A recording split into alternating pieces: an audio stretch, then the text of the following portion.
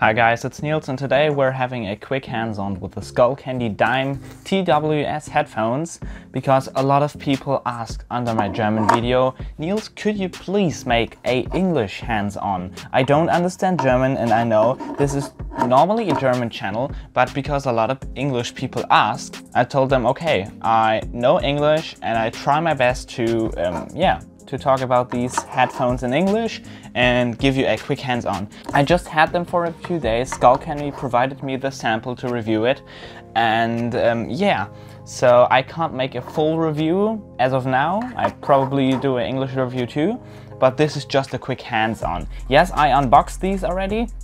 If you buy them, you get this box here.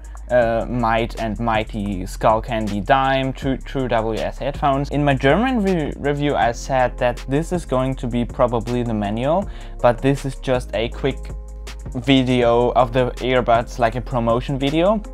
Here you can see the specs: 12 hours of total battery, control music and calls via touch commands, auto connect to the last device, and secure noise isolating fit. And these are IPX4 water resistant. But the 12 hours of battery life are divided into 8.5 hours in the box and 3.5 in the headphone. So after 3.5 hours, as of Skullcandy, those TWS have to be charged again, but you can use them in single mode. So you could basically just use one earbud 3.5 hours, then use the other one, and then you have 7 hours of battery life. But yeah, that's what's written on the box, and then I unboxed them. But in the box there is just some paper stuff, then there's a micro USB cable and the earbuds in the case, and then you have these ear tips, bigger size, smaller size, and then in the box you have the TWS headphones. This is the case. The case feels cheap, basically, but that's for a price of around 35 bucks, and euro it's 39 euro. And this case is okay, I would say. It has this thing you can clip on your keys, but I basically won't use this. And yeah, here you have the TWS, you have the Skullcandy Dime headphones. I think they look pretty solid for the price. Of course, they're not like as premium as other headphones, but for the price, I think they feel pretty good. And then I connected them to my tablet and had a first impression about the sound. It is actually pretty good for the price.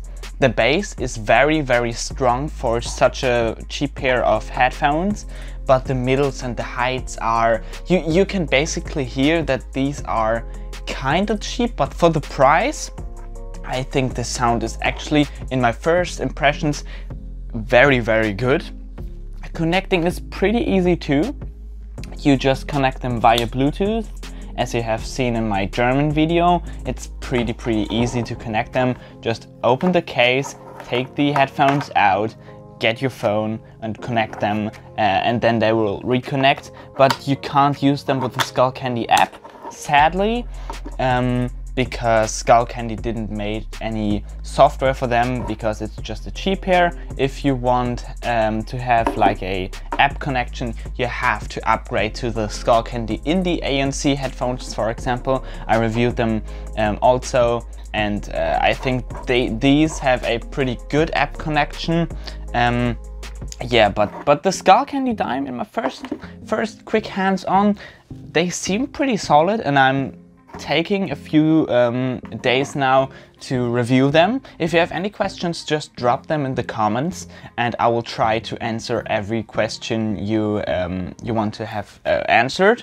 And I probably going to make a English review too. So yeah, but normally this is a German channel, so you don't have to subscribe to it, because if you can't understand German, I know this is pretty stupid. So just if you like that video and if you have any questions, drop them in the comments. And if you like that video, please leave a like, and yeah, thank you for watching.